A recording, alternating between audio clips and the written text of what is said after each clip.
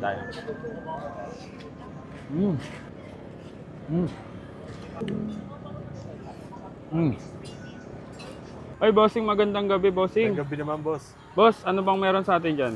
Meron tayo dito chicken pastil, boss. Tingin nga ako ng chicken pastil nyo, bossing. Eto, bossing. Ayun, mukhang paubos na, mukhang nakarami na ngayon, ha. Oo.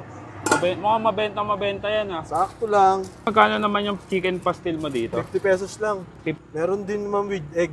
Kaso mo, Hmm.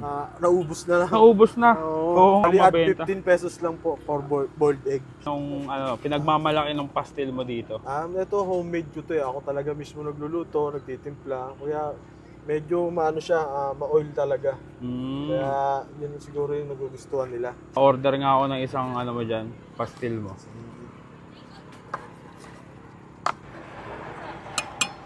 Chips lang. Tapos chicken oil. Tapos yung soy sauce na may secret.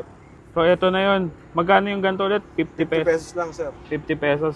Anong oras ka naman nagtitinda para hindi naman ako maubusan ng paninda mo?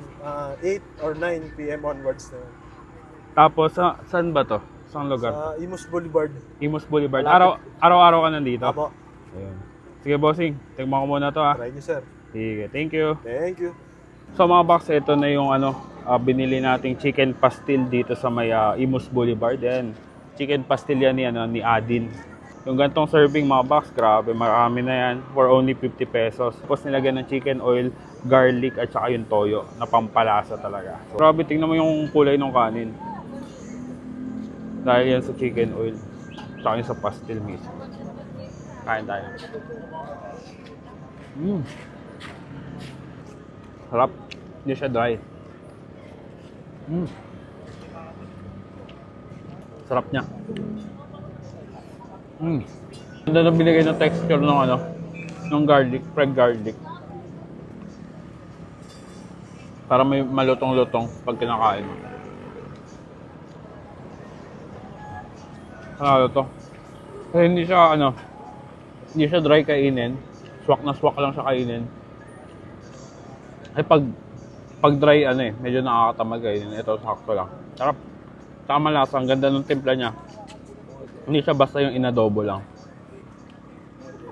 Literal na sariling timpla nila. Hindi pa ako nakatikim ng ganito yung lasa ng pastil. Sarap. Try nyo. Dito lang sila sa may Imus Boulevard, sa may malapit sa munisipyo ng Imus. Ayan. So, araw-araw naman silang bukas, kaya kain tayo. At kita-kits sa susunod kong dadayuhin kung saan may masarap, mura at kakaibang kainan. And don't forget to eat, ride and grind.